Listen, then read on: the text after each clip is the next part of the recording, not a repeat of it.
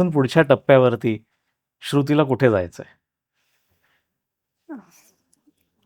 मी आत्ताच जगणारी मुलगी आहे खरं तर. वा. आत्ता ह्या क्षणी जे आहे त्याचा पूर्णपणे आनंद घेऊयात. जर आत्ताचा एक एक क्षण आपण जर का जगलो ना, तर आपण आपोआप चांगलंच करत जातो.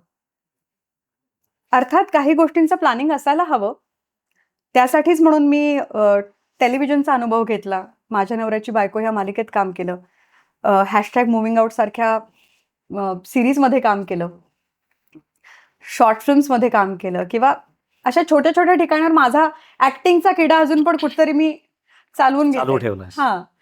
पण मी जसं म्हणाले ना, मला असं खूप वाटतं स्वप्नील, आपण ना लोकांबद्दल ना खूप ते गेल्यानंतर खूप भरभरून हो, बोलतो. खरी गोष्ट. अनफॉर्च्युनेटली अशात तर खूपच लोक आपण ह्या कोविडच्या काळात आपण आपले खूप जवळचे लोक गमावलेत आणि ते गेल्यानंतर आपल्याला अशी खूप मनात सल राहते की अरे मी जाऊन भेटलो असतो, बोललो असतो, छान अप्रिशिएट केलं असतं. अप्रिशिएटच करत नाहीत लोक. खरी गोष्ट. का नाही करायचं? आज कॉम्पिटिशन मधला जरी कुठला आरजे असला तरी पण मला जर का त्याचं काम आवडलं तर मी पर्सनली मेसेज करते.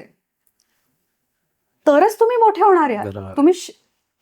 तुम्ही स्वतः मोठे स्वतःच्या कामाने होता, पण दुसऱ्याला मोठं केलं तर तुम्ही मोठे मोठे होणार. होता. असं खरी आहे. गोष्ट. आणि म्हणून मला असं वाटतं की अरे तुम्ही हे जे आहे ना की अरे ह्यांचं हे कॉम्पिटिशन आहे ह्यांचं आरजेसचं, हे मला पटत नाही. मला असं वाटतं की आज तुम्हाला वाटतं ना कोणाबद्दल तरी चांगलं सांगावं, फ्रेंडशिप डेला फॉरवर्ड मेसेजेस करण्यापेक्षा तुम्ही जर का पर्सनली त्या व्यक्तीला सांगितलं की मला ना तुझी ही गोष्ट फार आवडते बरं का, म्हणून माझी तुझी मैत्री खूप जपली आहे, टिकली आहे, तर किती चांगली गोष्ट आहे ही. किती.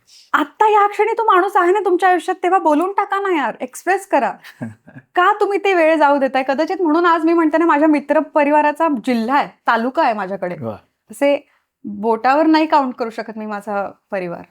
क्या बात आहे. So that is important. So उद्याचा विचार करूयात, पण आज चांगलं केलं तर उद्या चांगलाच जाणार आहे.